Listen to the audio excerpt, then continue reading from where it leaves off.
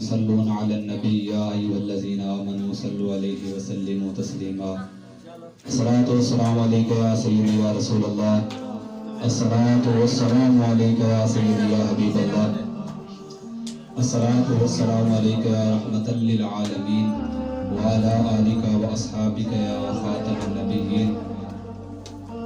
ڈٹھا وال کو قرآن دے کھول سارے ڈٹھے وال کو قرآن دے کھول سارے تیری شان جو ہے نہ کوئی اور ڈٹھا تیری شان دا جو کرے مقابلہ انہوں عاشق اصلی چور ڈٹھا تے کوئی نور آکھے کوئی بشر آکھے کوئی نور آکھے کوئی بشر آکھے دن راتی پیندا اے شور ڈٹھا اللہ والے گل مکا دیتی تسا ہور ڈٹھا اسا ہور ڈٹھا نبی پاک علیہ السلام فرماتے ہیں کہ بنی اسرائیل کے 3 شخص کسی سفر پر جا رہے تھے تو راستے میں زوردار بارش آئی، اتنی تیز بارش آئی کہ وہ تینوں شخص غار میں پناہ لینے کے لیے غار میں گئے تو اچانک اوپر سے ایک پتھر لڑکا اور غار کے منہ پر آ گیا۔ اب اندھیرا چھا گیا ہے، دم گھٹنے لگا تو ان میں سے ایک شخص کہنے لگا کہ یار ہم تینوں میں سے کوئی کسی نے اچھا عمل کیا ہے تو اس کا وسیلہ دے کر رب کی بارگاہ میں دعا کرتے ہیں۔ نبی کریم صلی اللہ علیہ وسلم فرماتے ہیں تو ان میں سے ایک شخص نے ہاتھ اٹھائے، عرض کی مولا تو جانتا ہے میرے پاس بکریاں ہیں، جب میں شام کو واپس آتا ہوں میرے بال بچے بھی اولاد بھی ہیں، بیٹیاں بھی ہیں، بیٹے بھی ہیں، مولا کریم تو جانتا ہے جب میں بکریوں کا دودھ دھوتا ہوں تو سب سے پہلے میں اپنی والدہ اور والد کو دیتا ہوں، مولا کریم میں بیچتا بھی نہیں ہوں نہ ہی خود پیتا ہوں، مولا کریم تو اس دن کو بھی جانتا ہوگا کہ جس دن میں شام کو دیر سے آیا اور میری والدہ اور والد سو چکے تھے، مولا کریم تو نہیں بھولتا، مولا کریم وہ تجھے یاد ہے جب میری والدہ اور والد سو چکے تھے میں شام کو دیر سے آیا، مولا تو جانتا ہے کہ میں نے دودھ بھی نہیں بیچا نہ ہی خود پیا اور دودھ دو کر بکریوں کا والدہ اور والد کے سرہانے کھڑا ہو گیا، مولا تو جانتا ہے وہ سو چکے تھے، جب رات گہری ہو گئی مولا اس وقت میری والدہ اور والد اٹھے تو میں نے ان کو دودھ پیش کیا، مولا میری والدہ بھی مجھ سے بہت خوش تھی، مولا میرا باپ بھی مجھ سے بہت خوش تھا، مولا اگر تجھے یہ میرا عمل پسند ہے تو اس پتھر کو اس غار کے منہ سے دور پھینک دو۔ نبی کریم صلی اللہ علیہ وسلم فرماتے ہیں پہلے اندھیرا تھا اب روشنی آنی شروع ہو گئی۔ معلوم ہوا کہ جو دنیا میں روشنی چاہتا ہے وہ والدین کی خدمت کرے، دنیا میں روشنی ہے اور قبر میں بھی روشنی ہے۔ حضور فرماتے اب دوسرے شخص نے ہاتھ اٹھائے اور کیا وسیلہ دیا، مولا تو جانتا ہے میں نے مزدوری پر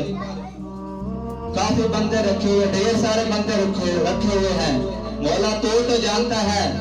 کہ جب میں نے ایک آدمی کو شام کے وقت اس کی مزدوری دی مولا وہ مجھ سے ناراض ہو کر چلا گیا، کچھ یوں لگا لے مثال کے طور پر 10,000 پہ بنتے تھے، مولا تو جانتا ہے میں نے اس کا ایک سکہ تک نہیں کھایا، ایک پھوٹی کوڑی تک نہیں کھائی، مولا میرا ضمیر مردہ نہیں ہوا، مولا تو جانتا ہے وہ چلا گیا ناراض ہو کے، مولا جب کچھ عرصے بعد وہ آیا کئی زمانے بیت گئے، میں نے جو اس کے پیسے تھے اس سے کاروبار کیا، مولا تو جانتا ہے کئی عرصے بیت گئے، وہ آیا تو کہنے لگا اب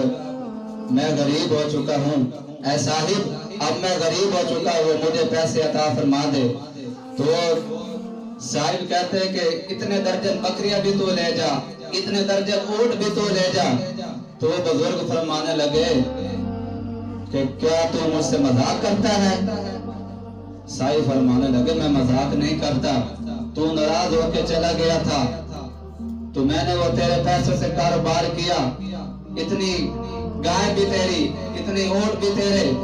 مولا جب وہ جا رہا تھا واپسی لے کر تو مولا وہ بہت خوش جا رہا تھا، دعائیں دے رہا تھا، مولا کریم اگر تجھے یہ ہمارا عمل پسند ہے تو اس پتھر کو دور پھینک دے۔ نبی پاک علیہ السلام فرماتے ہیں پہلے روشنی آ رہی تھی، اب کچھ راستہ بن گیا۔ تیسرے شخص نے جب ہاتھ اٹھائے عرض کی مولا کریم تو جانتا ہے، تو نے مجھے جوانی بھی دی ہے، حسن بھی دیا ہے، طاقت بھی دی ہے، دولت بھی دی ہے، مولا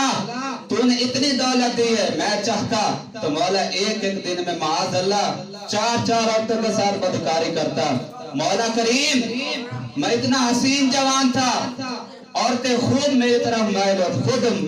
مائل ہوتی تھی۔ مولا تو جانتا ہے میں کسی پر آنکھ نہیں اٹھا کر دیکھتا تھا۔ ایک دن چچا کی بیٹی پر آنکھ آ گئی، ٹائم بھی بن گیا، جب ہم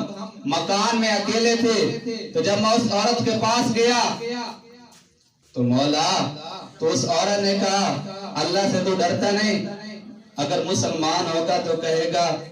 کہ یا اللہ میں نے تیرے رسول کے لیے سب کچھ کیا، مولا تیرے صحابہ کے لیے یہ گناہ چھوڑا۔ جب وہ شخص فرمان لگا، مولا جب اس عورت کے پاس گیا